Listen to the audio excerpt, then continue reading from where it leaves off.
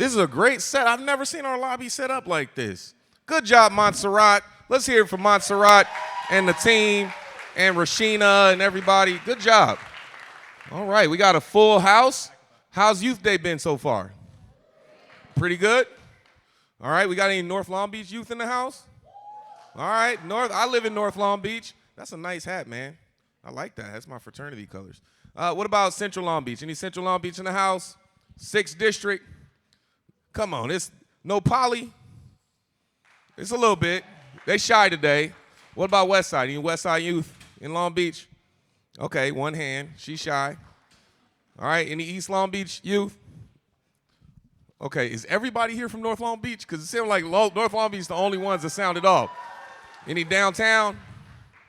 All right. Well, I'm glad that you're all here today.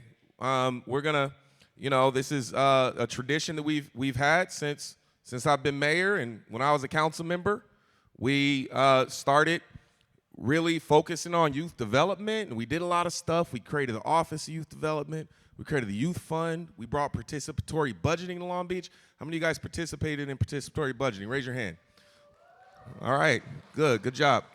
And now as mayor, we want to keep that tradition. So this is our 3rd Youth Day in the LBC. How many of you have been here before? Make some noise. All right. Well, one big part of that is being able to have conversations directly with the mayor about whatever you want to talk about. And we typically bring a special guest or somebody who comes from Long Beach, who has an inspirational story. So last year, you remember we had Vince Staples join us, and we had a pretty good conversation.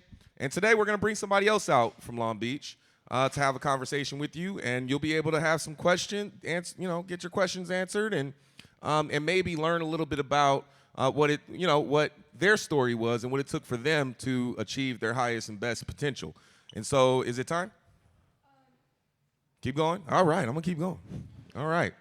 So one thing is there any parents here? Parent chaperones? Any parents in the house? There's gotta be. Okay, I see one. All right. I like that Where the Wild Things Are shirt. So the reason I ask is, we've never had a parent mayor in Long Beach before, a mayor like raising kids. It's never happened in our entire city's history. I'm the first mayor that has school-age kids. And people may be surprised by that, but it's not that surprising. Sometimes public office is designed for, not really for younger and working families to do it. And so it's typically been harder to get younger people to step up and run for office. And so many of the folks who have been mayors in the past, historically, they've already retired from a career, and their children were grown and had their own lives. And so it's only recently, the last 2 mayors were really fairly the younger mayors, and that's largely because we changed our voting system to make it easier for people to vote. Because before, we had our elections in April. Everybody else in California will vote in June. Well, in April, if you don't know there's an election happening, people wouldn't vote. So our electorate was much older and largely came from one part of town, from East Long Beach. And people vote citywide, but not in higher numbers. But when we changed the election dates to June and November on the same day when they're voting for governor and voting for president, and people started voting, what ended up happening was the electorate ended up being younger and more diverse. So you started to see younger people get elected. You started to see more diverse communities get elected. And now we have one of the most diverse city councils in America. We have a city council that used to be 8 men and 1 woman. Now you have a city council that is 7 women and 2 men. It's pretty impressive, right?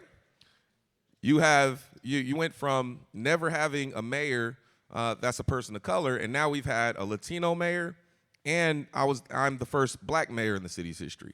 And so we've done all those things just in the years since realigning our election date. So what that means is it's easier for everybody to vote, and it's easier for people to have representation, right? Get a seat at the table. So that's super important to make sure that everybody, no matter what part of town you're from, you can have a voice, right? Like, we've never had a mayor from North Long Beach, ever. We've never had a mayor from any other part of town, right, than the traditionally high propensity areas of town. So that's why representation matters. When you have a seat at the table, what's spoken at the table changes, and that's why it's important. All right, so I got the cue. It's time now.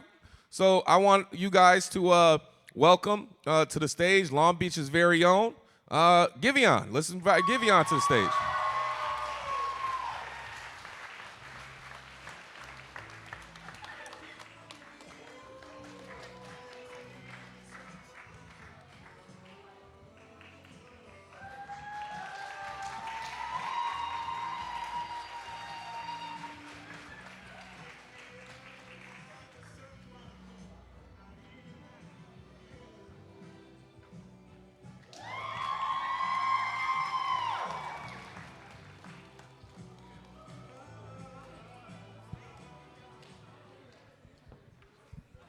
I like the. Is my mic on? Your mic is on. Can y'all hear me?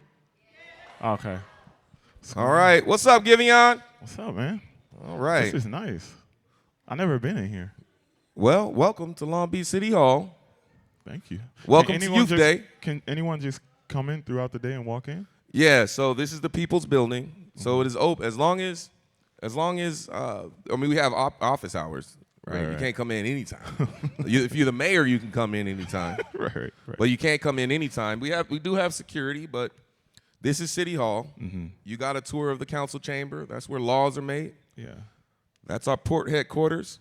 This is where all majority of the city employees work. Right here in this building. That's crazy. Right. So, Giveon, thanks for taking some time to hang out with us. Mm-hmm. So let's just start with, you've had incredible success, and you are, people know you around the world. But where are you from? Let's clear it up for the record. Mm-hmm. Where is Giveon from? I am from East Side Long Beach, and I kept hearing you say North Side Long Beach earlier, and every time you say it, I'm just wishing you say East Side. But you my guy, though. Well, I'm the mayor for everybody. Right. So I'm everybody's mayor. Mm-hmm. But, being from Long Beach, I saw you had an interview with Big Boy, and he was like, I didn't know you were from Long Beach. Yeah. Do you get that a lot? I get that all the time. I think it's just Long Beach, we have so much underappreciated qualities as well. So what we're known for, people just think of the same one or two things at times. So if you come from Long Beach and you're not exactly what people know of Long Beach, they're kind of caught off guard. But I think that's why it's so cool, though, because now everyone can see every single part of Long Beach now. That's right.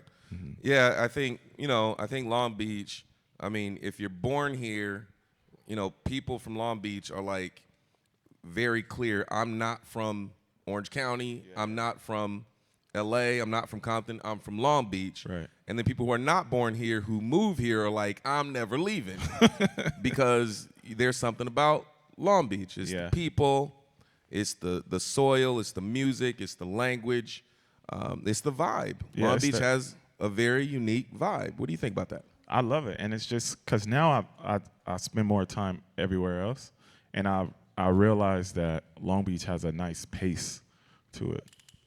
Like even driving up here now, everybody kind of walks slower. Y'all walk kind of slow. Like even when I was in the street, I was like crossing the street, waiting for someone to cross. I was like, you can hurry up a little bit. Like actually hurry up, I'm trying to go. Well, I think that's okay. Long Beach has its own flow. Yeah, literally right? has its own flow. So being from Long Beach, mm-hmm. that's something special, right? Like to these kids, I'm not gonna say kids, to these youth, mm-hmm. I think it's pretty inspiring to know that people like you have come from Long Beach and gone on to shape culture and shape music, but there's a real legacy here. Yeah. Of people who've come from all parts of Long Beach, including East Side Long Beach. Right? Obviously Snoop and West Coast hip hop and all that. North Long Beach, like Vince, who is here. Yeah. Right? You've got, athletes like Billie Jean King who learned to play tennis at Houghton Park in North Long Beach and went on to shape the world and influence gender equality in sports and, actors, Cameron Diaz, Nicolas Cage, Yeah. Poly High School, your alma mater, having more people in the NFL than any high school in America. Wilson High School, having Olympians since 1952. There is a legacy of people from Long Beach who come from working roots going on and shaping the world. So I say that to say, why don't you tell us, what was your story?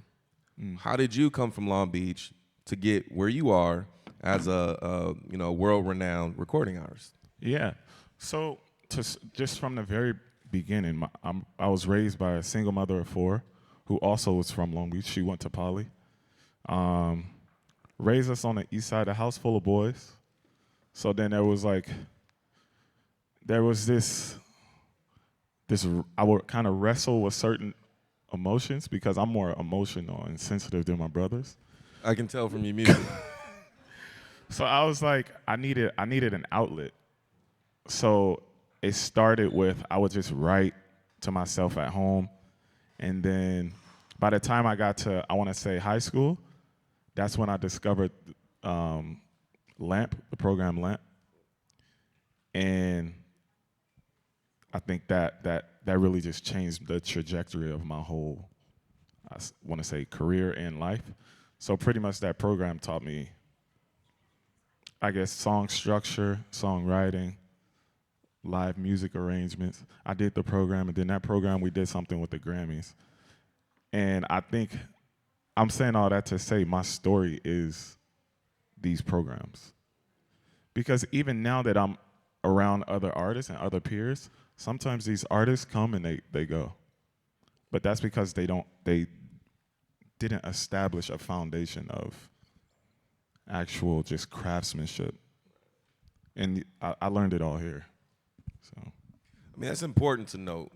The programs that we invest in, LAMP was a program of Long Beach Community Action Partnership that was at one point kind of in the Wrigley area, and then they moved to North Long Beach. And they had a program, and they have a program where they expose young people to equipment and skills around music production. right. Because it's interesting. I think people, like music it has ability to captivate and inspire, but people may not have access to the resources and the tools they need to really hone that craft, as you said. And so it was there and first of all, let's hear it for Long Beach Community Action Partnership and the LAMP program, let's hear it for them, who have been great partners to the city for many years. When I was a council member in the 9th District, they were one of my biggest partners back then, before I became mayor. Yeah. And so I say all that to say, what took place after that? What did it look like? Like, for young people who are really curious, what does the next step look like? You connect to a program like LAMP or one of the incredible programs or youth programs we have in the city. But then things started happening really fast for you. Yeah. So walk us through what that looks like. Like, illustrate it for us. I mean, right after LAMP, there was still a big gap between when I was actually a professional, I'd say. Because I think I had to make a decision and figure out, what do I want to go work in a certain field for school? Do I want to study this, study that? All my friends were around going to either Cal State Long Beach or UCLA. Go Beach. The Walter Pyramid. So there was also a stage of actually navigating life and seeing what it is that I wanted to do. And I think that's almost just as important as doing the LAMP program, is because that's when you learn to lean into decisions. I think it's way more anxiety inducing or stressful if you're teetering between a couple different options of what you want to do. So I learned to just be like, I'm gonna just go all in on this, and if it doesn't work, I'm gonna just go all in on this. I mean, there is some value into that. Young people, you may not know exactly what you want, and sometimes it's cultivate every option. But also there is some school of thought to, to win is to make a choice. Yeah. To win is to choose. If everything's a priority, then nothing is a priority. Pick something, pick something that you like or you're truly interested in and make that decision. When I was in college, I was a first generation college student. My grandparents didn't go to college. So when I got there, I figured I'm going to study business because that's what people do when they go to college. They go to college and they study business. And it wasn't that interesting to me. Yeah. Once I got past like business law was interesting. It wasn't that interesting. I changed my major to philosophy because it kept my attention, right? It was debate. It was thinking critically. It was writing. It was all the things that actually served me well as a mayor. And so I say that to say, when did you know that you had a bunch of options? When did you know that music was your passion? I knew because it was so there was two things that I had to know. One, I knew because it was the first thing on my mind every time I woke up. But the thing I didn't know was how would it work. There's not like a blueprint. It's not like if I wanted to be a registered nurse, there's steps. Go here, go here, go here, go here. So I had to learn how to deal with uncertainty. And that's a part of being an artist. So that's like a skill I had to develop. So, but I knew since a kid, I just didn't think it was realistic. Because I didn't know anybody making music really, or eating off of art. I wasn't around too many people like that. Like my uncles were more blue collar. My mom was nurse. And yeah, so it was like it was tricky. Yeah, I can see that. So you're a trailblazer. It wasn't something that you saw, but there was an opportunity, and you pursued that opportunity. So you gave some credit to the LAMP program, but are there any mentors that you had along the way as a young person, but even beyond that, like as you got into your career?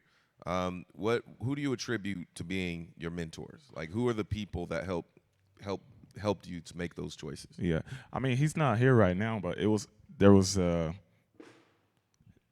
guy. He did the LAMP program, and then he went on to work with the Grammy Museum, and his name is Skylar O'Neal, and he was just like integral in the making sure the joy was alive for music, and the process of failing. Like failing would be fun with him. So I learned to just fall in love with it not working out. And then honestly, my mentors a lot of times are people I don't even know. Like whether it's in an interview I watch or a book, there's probably like a quote or something that they said. Like Denzel Washington's a mentor, or people I've never met. I'll just watch their YouTube performances over and over and over and over, and then it's just like, okay, yeah, I want to pull from that. But and my mom, for sure. Gotta shout out mom. Yeah, I gotta shout out mom, because she was like, if you succeed, that's on you. If you fail, that's on you, but I love you either way. Yeah. So I was just like, all right. I wasn't scared to fail. And that's important, to have people around you who have your back emotionally and can support you. And it's great that you note that sometimes your mentors you may not even know. And that's why it's important everybody's always watching. Like even young folks, there's always people coming behind you watching what you do. Your little brothers, your little sisters. I remember when I was on the city council, we did this program at Jordan High School where Jordan had a certain reputation back then, and it's completely gone now. But back then, it had a certain reputation that these kids weren't working hard or going to college, and so we found some money and we went to the high school and said, look, every Jordan High graduate that's going off to college, we want to put their names on the street banners on the street, so people in the neighborhood see these young people are going to Long Beach State, UCLA, USC, even Ivy Leagues. Like kids these students were working really hard, and then we did it a second year, and then a third year, And then what ended up happening was the freshmen who were coming in were looking at those light poles and saying, I'm going to be on that light pole, right? These young people, by simply working hard and getting on that light pole, were inspiring future generations. Now, I was driving over on the west side by Cabrillo, and they got names on the light poles. I'm like, they don't even know that started in the north side. But you never know who's watching, right? I learned that early on. Like, there's this thing where my mother, we didn't grow up rich. I went to 14 public schools across 5 different states. We moved around a lot. And I know what it feels like to be housing insecure. And, I slept on the couch. My sister and brother shared a room. And my mom had a room because we had a 2-bedroom apartment when we got to California. I worked a part-time job. My sister worked a part-time job. My mom worked, and we all made minimum wage. I paid the light bill. She paid the phone bill. My mom paid the rent. So we were a working family. But my mother always raised us to be a go-getter. Go to college, figure out how to pay for it. We're not rich. Learn financial aid, get scholarships. She was very real with us about what to do. And so this spirit of leadership was always built innate in me. And I learned that people follow your example. So when I got to college and I was student body president, there was a whole generation of people that got inspired to do that, right? There's a whole movement of young people across the city thinking about city jobs. So your example truly matters. So I say that to say you have a platform now in front of young people and youth of Long Beach, mostly from the north side apparently, but probably from the rest of the city too. They're just probably a little shy this morning. But what advice do you have for them when they're at this stage where they may not know exactly what's next? They may have a hint, they may have a passion, but they don't know what's next. What advice do you have for them? I think the first step is relax. Like how old are you? Are you guys in like high school or something? Raise your hand if you're in high school. Raise your hand if you're just beyond high school. Raise your hand if you haven't made it to high school yet. Like, what's up, big guy? Like I say, relax and try stuff out, and you'll know when it's something that you want to do, because it won't feel like time will fly by when you're doing it. And another thing is, if it's something specifically like a passion or something that you're not sure is, I guess, the most lucrative route, it's okay to do something you don't like while you fun, or try to figure out something that you want to do. I was a server at Bubba Gump. Is it this way? The restaurant. Yeah, the Pike right down here. Yeah, the Pike for 5 years. And literally after I wasn't working there, that's when I got into music. I could have just been like, I don't want to be a server. I don't want to do anything. I don't want to get a job. I don't want to this. But some of the relationships I made simply just serving here in Long Beach caused me to be where I am today. Like, for example, my best friend who ended up working there as well, his dad randomly worked in music. And then I showed his dad some of my music, and then his dad put me on producers and stuff like that. So even little stuff like that. So I think relax and do stuff you don't want to do in the meantime while you figure it out. Because then it's also, while you figure it out, you're going to get to a point where you're going to keep hitting that. Like, okay, well, what do I want to do now? You're not going to figure it out all at once, and then that's going to be the answer for the rest of your life. So I say learn how to deal with not knowing, because you're going to not know again. That makes a lot of sense. I mean, even physiologically, like the part of your brain that controls restraint isn't even fully developed until you're 26. So you're not a full mature adult in terms of your ability to make like permanent decisions until you're 26. But at 18, you're treated as an adult. And so you're expected to make choices that have real consequences by 18, but your ability to make decisions hasn't fully developed yet until Yeah. you're 26, right? Right. And so I typically tell folks, and that's why car dealerships treat you differently when you're under 25. I got It's you. riskier, Yeah. right? That's why there's on college campuses you have student laws that are developmentally appropriate for that age group that may be different than laws on the street. Even in the military, when you come in the military at a certain age, right? It's under a certain age you're able to come in, and it's designed for a certain age because your development isn't fully there. I say all that to say that somehow makes people afraid to take risks. Yeah. And take it easy. Don't be too hard on yourself. It's okay to make a mistake. Try not to make, if you can, try not to make permanent mistakes. Yeah. Right? Try not to make a mistake that alters your life course too dramatically to where you can't course correct. But it is okay to try different things. Yeah. When you're in that age group. I call it the self phase, right? Mm-hmm. It's a phase, I think, till around 26 when it's okay to take bets on yourself. Go to college or travel or try a skill. Try different things. The consequences are low. You have a long runway Yeah. to course correct, right?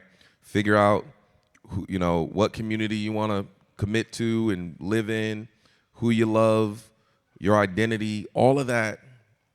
Start figuring it out when you're young, because the next phase in life is when you really get more stable, and that's when you start thinking about family and accumulation of wealth and your career and pensions and health care, all these things that you're not really as concerned about in that first phase. So I say, travel abroad, go abroad, try different jobs, work at Bubba Gump's, Right. sing a song, right? All those things. Yeah. And they all will help you make that decision. Now, I got a question for you.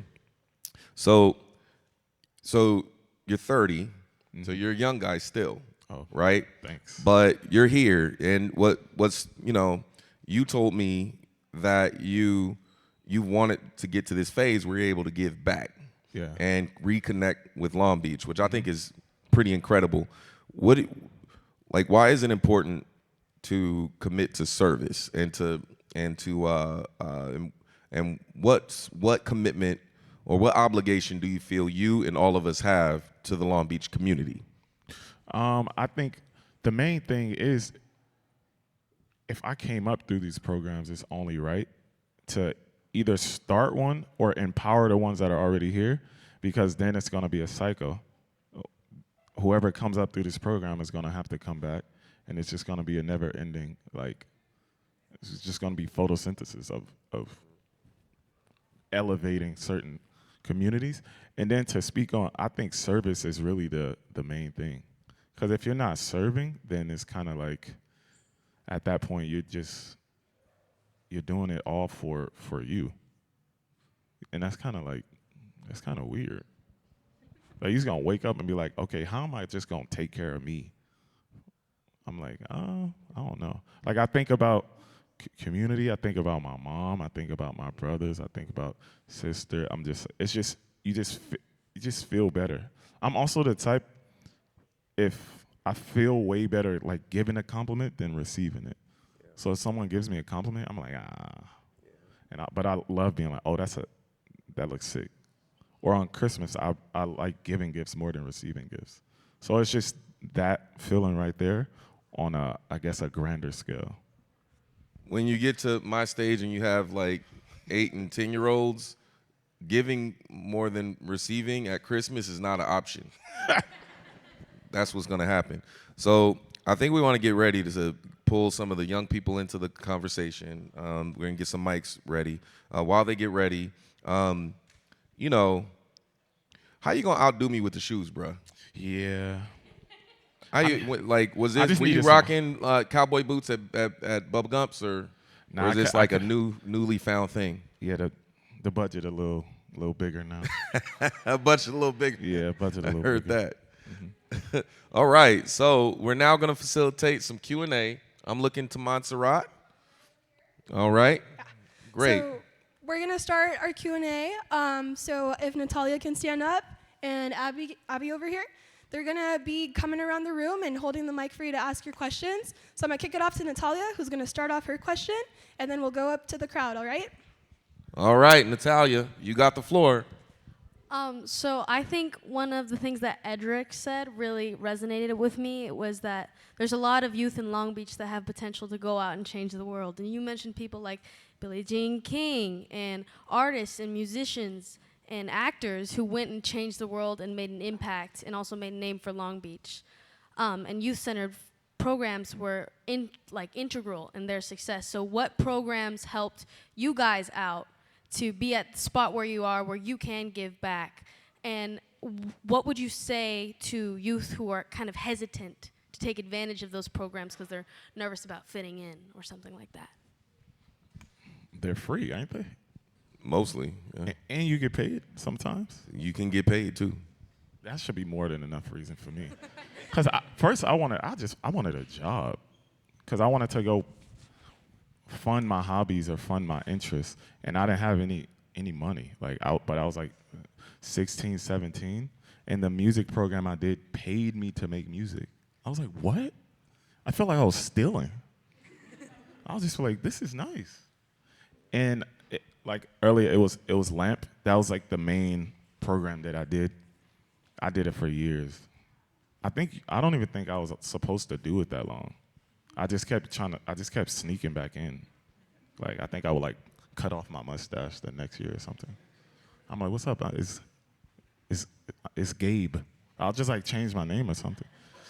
And then, yeah, I think, yeah, just do it. Cause what's the worst that could happen? But I will say, and I guess if I'm speaking on how my little cousins and stuff are, there's more of a fear of being seen failing instead of actually failing. It's I don't know, my cousins are scared of being judged more than I was. So I'm only gonna be scared of somebody judging me who I guess, you gon' fund my lifestyle, my hobbies, my interests. So it's people have to earn the right to judge me. Because if you're not doing anything why do I care if you're judging me? Type of thing. It's like what they say, you miss 100% of the shots you don't take. Mm-hmm. Be bold, take shots. Mm-hmm. I would tell you, we do pay youth. We have a summer youth jobs program where we hire hundreds of youth, and we place them in city departments, and we place them in private businesses. It's a great opportunity. So how many of you plan to get a summer job if you're old enough? Good. Make sure, and you guys are here, so you're already connected, but tell your friends. We typically have more jobs than youth that are willing to work. So, really? So connect. Yes. So it's okay. I mean, use it, right? While we have it, take advantage of those opportunities. For me, when I was in high school, I was an athlete. So track and wrestling, I was terrible at football. And I was involved in student organizations. But it was really my commitment to service and leadership and advocacy really happened when I got to college. Because, again, I was first generation. So when I got to college, it was like on Hamilton, I'm not going to throw away my shot. I'm here. We made it. We're going to make the most out of this. I went and found the other students on campus that looked like they had their act together, and I said, I'm going to do what these guys are doing. So I got involved in student government, and believe it or not, there were more positions than students who signed up. So it was easy to get in, and I became the student body president. And I made lifelong relationships.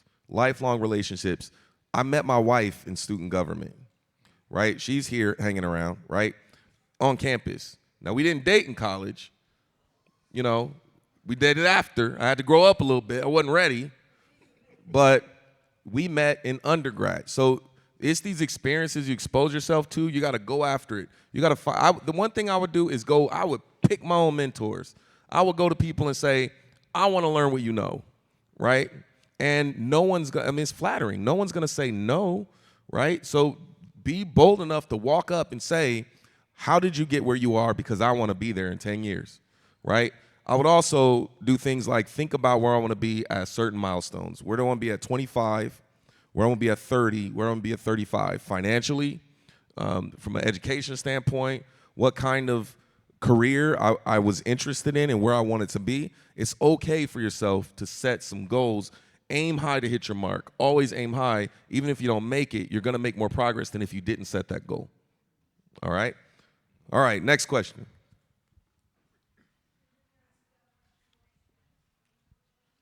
And we got to get some on this side after this one. All right, please stand up and state your name. My name is Richard, and I only have a simple question. Is the age requirement for the summer jobs? Oh, I think it's, you have to have a work permit, right? 15 and a half. Is anybody here from Pacific Gateway? I mean, Long Beach Wind? Huh? Yeah. What is it? You got the answer? Oh, you raised your hand like you had the answer. I think it's 15 and a half, but we'll make sure. Yeah, 15 and a half is the lowest, is the low end, up to 24 for the Summer Youth Jobs Program. All right, and where you go, hey, where you go to school? Well, who just asked the question? I go to Nelson Academy. Okay, all right, cool. All right, who's next? You're next. You had your hand up. Okay, all right. All right, we got more questions over here. Hi, my name is Star. I have a question. I'm someone who has anxiety just about everything. So what advice would you have for somebody who has anxiety about trying new things or taking new risks? Yeah, that's my question. I ain't solved that one yet. That might be on you. Listen to some Giveon. Now, honestly, so after my ascension happened during the pandemic. So I went from just this slow, calm life to it got crazy. But as it got crazy, I wasn't able to experience what, I guess, interacting and going to places would be like. So I literally would just make it up. Like, I wonder how this is gonna be when I finally start to go outside. So after, I think when the world started opening up in 2020, I don't know, 1, I had developed social anxiety because I was so used to being by myself. And the way I got over it was to, wherever I had social anxiety, that's where I would start to go the most. And then it eventually just starts to subside. Because I think it's more of a trust thing. You trust that you'll be fine or something like that. I think it comes down to developing coping skills. You know, I was a very shy kid, and I was always the new kid at school because I went to 14 different schools, and I taught myself coping skills, right? Just a set of things that I can do to make me feel more comfortable. And also, I've been the first at a lot of things. I was, the youngest council member in the city's history. And when you join that body, many folks would say, I've got 20 years on you. I'm not going to take you seriously, right? And it triggers imposter syndrome. Do I belong to be here? Was this a fluke, right? It goes away over time. Repetition builds that confidence. I mean, it's one thing to get elected once. It's another thing to get elected again and break records and people say you couldn't win mayor because no one could get elected from, you never had a black mayor. You never had a mayor from the north side. You never had a mayor who, XYZ, right? But then you just show them, right? You just show them. And we put it together. We put together a citywide intersectional coalition, where people looked like the city. We talked about issues that the city cared about, and we made it about the people. And we overcame that challenge. And then you had the challenge of, once you're in, can you do the job? Can you govern, right? While things are happening and you're responding to COVID and homelessness and cities all around us, finances are just, in terrible shape. You got to constantly prove yourself. At some point, you get to the point where you don't have anything to prove. Have fun, be a little bit selfish in that moment because the moments are fleeting, and take that shot, right? Tell yourself you deserve to be here in this spot. right? Like, it may feel different.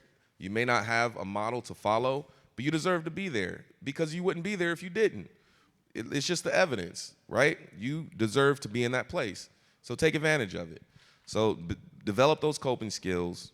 I would say you're going to deal with stressful moments, particularly under 26, like I mentioned.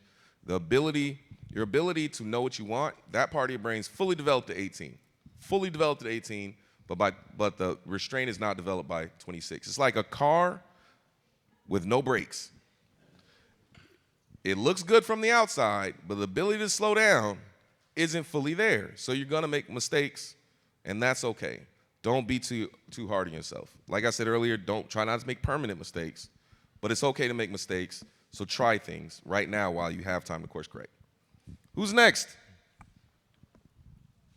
I see a hand back here. Hello. Oh, right here. Yeah, so I state my name. I'm Aiden. I'm from Northside, and being from Northside, I visit Howden a lot. So I'm really into the skate park. I skate, bike, all that. And what comes with that is the thought of sometimes days get hard. You get the thought of giving up and all that. And I've had that thought a couple times. I've taken breaks, months, but I wonder, like, when you do get that thought, what do you do personally to keep yourself going and to make sure that you don't get rid of that passion? That's a good question. I think there was like I want to say almost 10 years where I would run across that feeling. And then the question that really fixed all of that for me was, I said, if no one ever heard any song I ever made, would I still make music? And once the answer is yes, then you'll just get through that, I guess, by force, because you're going to be doing it anyway. I guess to figure out how to monetize it is one thing, or the business side of something is one thing. But if you obsess with the craftsmanship of it, it'll just be something that you do. So I think the biggest remedy for that self-doubt and frustration is to just figure out a way to just love it on its own, or try to get it to a place where you'll do it anyway. That's what works for me. That's profound. I don't know if I have anything else to add to that. If you love skating, right? Like, pursue your passions. It's going to be okay. Yeah. Who's next? Hi, my name's Andrew Flores, and I'm 16 years old. I'm an actor who's performed with Act Out Theater Company. I'm a former lamp intern for the film and TV production, and I'm also a voiceover actor. And I was wondering for you, this is kind of a question for you, Mr. Mayor, are you currently looking for any voiceover actors? Because I specialize in animation, video games, and commercials and corporate voiceover type genres. I've never thought of that I would need a voiceover actor until right now. Typically, we have these good professionals right here at Long Beach TV. We have our own little TV channel, and we have digital media arts and all those things in Long Beach. And now that I think about it, we might have the need for some young voiceovers coming up. I think Long Beach will have more opportunities in the future. As you all know, we're going to be a major hub for the Olympics, right? Anybody know how many events we have for the Olympics? We got 11 events for the Olympics, and we're going to have probably like a big cluster of Paralympic events. Probably a third of the Paralympic events will be in Long Beach. 11 Olympic events will be a major platform for us. And the type of events we have will highlight our city. Think about it. We don't have track and field, but that's inside of a arena or whatever. So you don't see the city. Gymnastics is one of the biggest draws for the Olympics, but it's inside of an arena. Swimming, it's all indoor. The stuff we have is outside. We got beach volleyball. They're gonna see Long Beach, right? rowing and sailing and all of this stuff is outside. You're gonna see our city. So it's gonna be a lot of tension on our city, and that will create more opportunities, particularly for young people to have a platform for their voices. So let's connect you to Long Beach TV first and see if there's some summer internship program and get your voice on some of our videos. And let's think about how we can uplift youth voices even more in the next 3 years. That's good. All right, what else? That's Okay, how you this do will it. be our last question, by the way. I think we're gonna do 2 more. Hi, good morning. I'm Gabby. I'm from Northside Long Beach. I'm sorry, Giveon. Never apologize for being from North Long Beach. My question is, how do you handle burnouts? Like times that you just feel like giving up or like quitting?